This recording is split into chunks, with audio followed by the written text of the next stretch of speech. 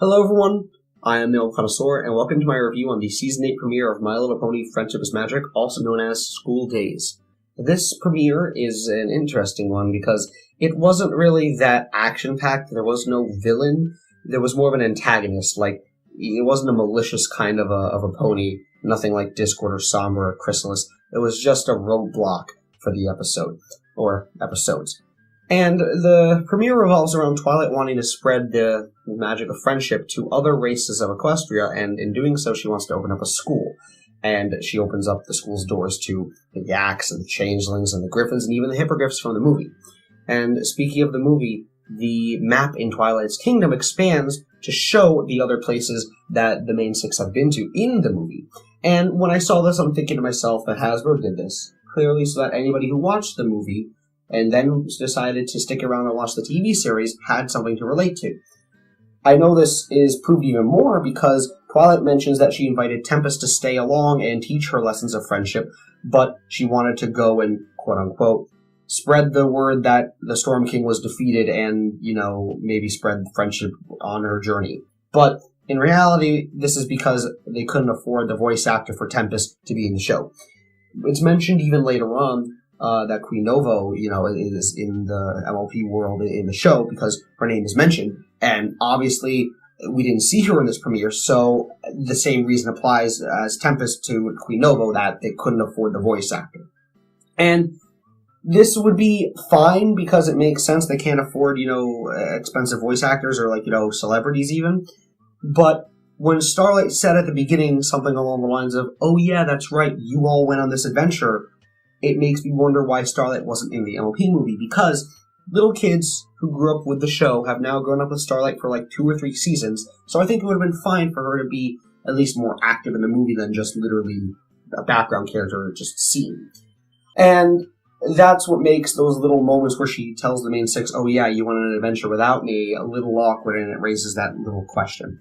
Nonetheless, Twilight has a great scene with Celestia later on where she asks Celestia advice on how to open a school, and Celestia explains that not even princesses can just do what they want. There is an association known as the Equestrian Education Association, I'll say that 10 times fast, that is in charge of opening schools. So Twilight prepares herself. She, gets all that she needs to make sure that, she can open up a school. And the head of the association, Chancellor Daze, is a little skeptical in this conversation, and you can see based on, obviously, the not-so-subtle spotlight on Twilight and the entire association being dark, that Daze is the antagonist. He's the roadblock. But he temporarily grants Twilight permission to open up a school and will check on them. Twilight opens up the school, and basically the main six become the teachers, because who else would be?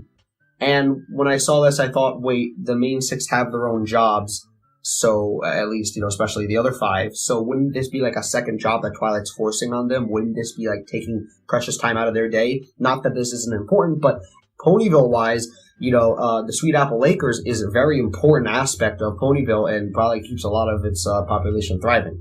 And it was just a little question that I had that I doubt the show's going to answer. We see the new 6 that I will refer to as the new 6 because all good things in the show must come in 6s, and the new 6 consist of a dragon named Smolder, a changeling named Ocellus, a griffin named Gallus, a regular pony named Sandbar, a yak named Yona, and the hippogriff named Silverstream.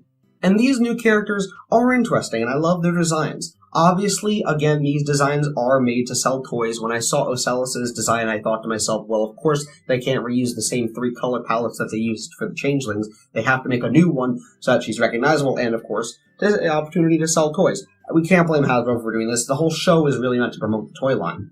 So when I saw this, I'm like, okay, I'll forgive it.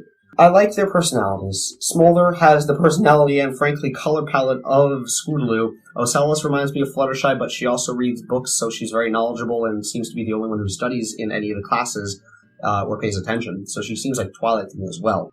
And the other ones I'm not going to get into, but they all have unique traits, but also traits that you can be familiar with. At first, Twilight's friends teach the way that they want to teach. They're very loose about it, and everybody is having fun. But throughout the first song, Twilight slowly changes that because she doesn't want to take risks She wants to follow the EEA's guidelines, and she wants to make sure that everything is running according to the book. And I can understand that. She doesn't want the school to close down. She would rather have things be taught more meticulously than loosely, despite that being contradictory to how friendship should really be learned. It's more show, not tell. It's more experience it, not study it. As much as there might be history to friendship in Equestria, it's still not something to study. It's just something to feel.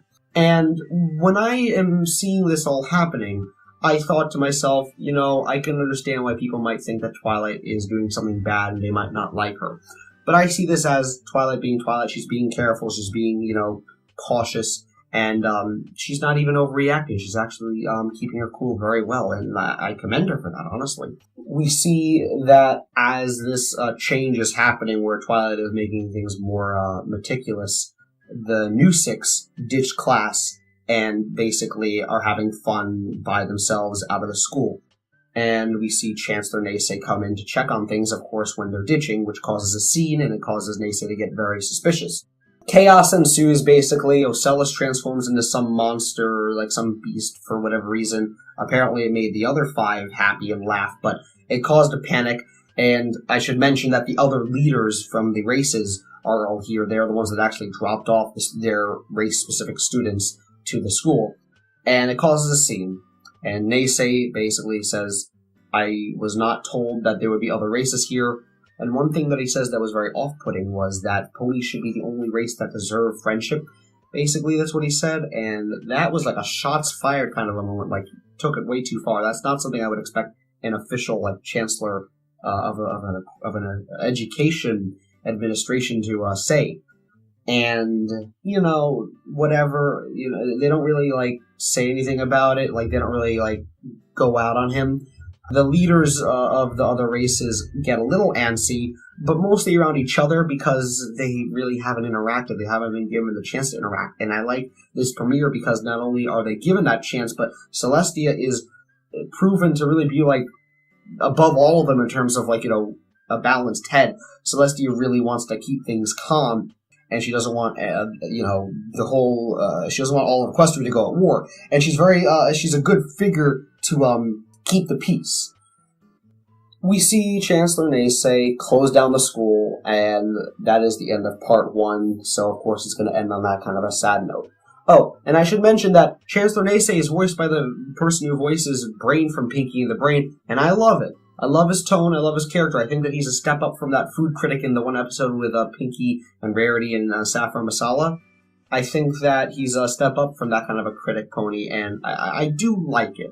It has a charm to it, and it's something that we haven't seen so much, or at least something we haven't seen for more than an episode. On to episode 2 of the premiere, we see that we're left off, obviously, where, Twilight is very sad, and she's in bed, and I'm sure that the scene where she was crying, tugged a heartstring for everybody, and nobody really wanted to see that. Nobody wants to see any of the main six crying. The main six try to cheer her up. Twilight says that she needs some alone time. She goes to the school, and we get a really good scene with Starlight Glimmer. Starlight compares the situation, or at least Twilight's feelings towards it, in regards to what happened with Starlight's reformation. Basically telling Twilight, you stuck to your guts and you chased me throughout time to try to talk to me and reform me, and it worked.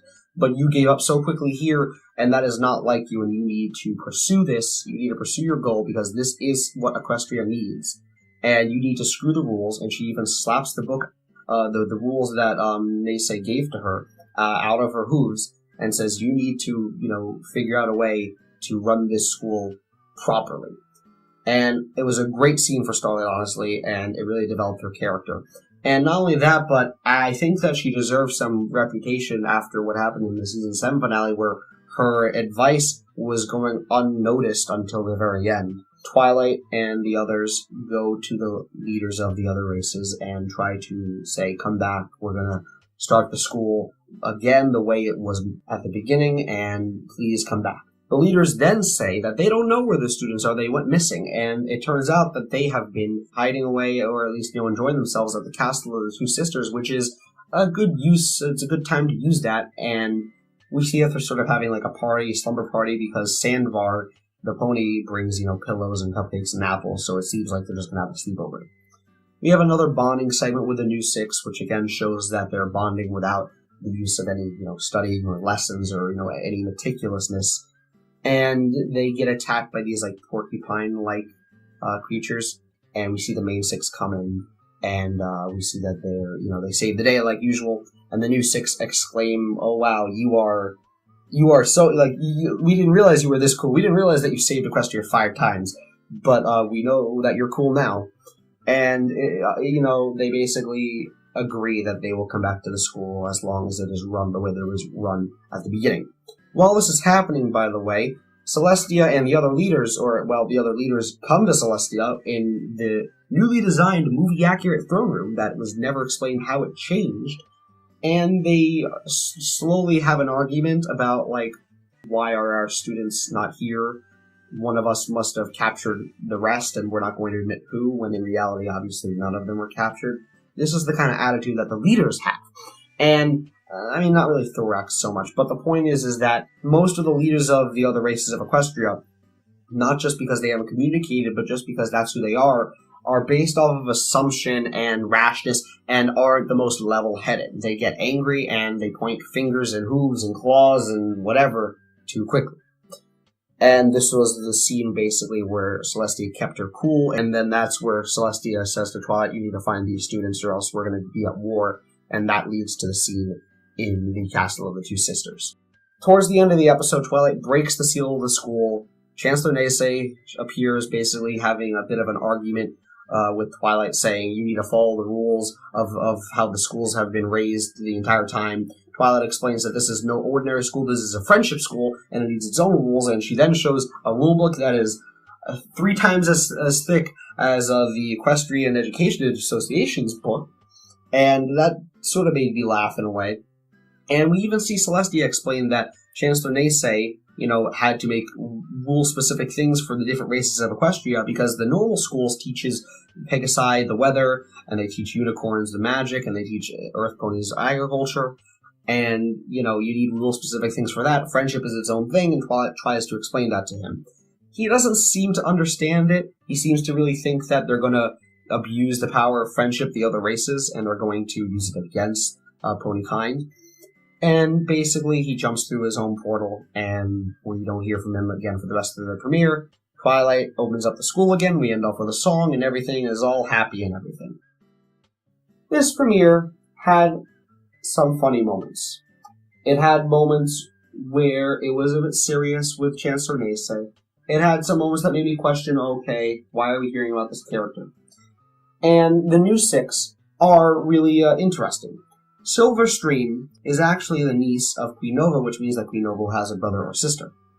And I find it also interesting because Silverstream is the Skystar of the group. And Skystar could have been a great character in the school. She could have, maybe even taught friendship lessons. But Silverstream is basically a redesign of Skystar. And for the same reason as Queen Nova and Tempest, they probably couldn't afford the voice actor for her. And therefore they had to make a redesign with an actor that they could pay.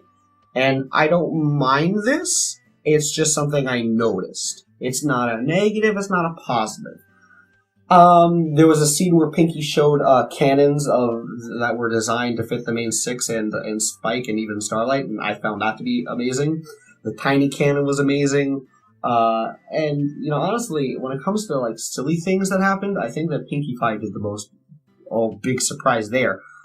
There's not much else to say, honestly, that I can think of. Oh, well, the songs were interesting. The first song started off a little meh. It was getting awkward because they were just talking about their day, but it picked up because it overlapped Twilight and, I think, the main 6 and the students singing, and it was really interesting. There was one spot where Twilight, I could have sworn, sung just like Belle from Beauty and the Beast in Belle's song. Take a breath, look around, it's amazing. I can't believe that it's real. There goes the baker with his tray, like always. The same old bread and rolls to sell. And not only that, but the second song was, nothing that, obviously it's not in my head, I don't remember it so well, so it's not that catchy. It was basically just a recap of, yay, the school is back and we're going to have it better than ever and we're going to do it right and everything's going to be great and happy ending. I can't wait to see how the new six will act in the upcoming season, how they will learn lessons of friendship, how they might even help the main six in terms of learning new lessons. Obviously, we're going to have friendship lessons outside of Equestria because that was the whole point of the map expanding.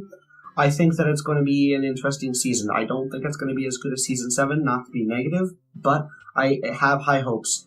I think that, we're a little oversaturated with characters at this point, and if we have even one more, then everything is going to be chaos. But that's why they have episodes that focus on 2, maybe 3 characters at a time and not 15.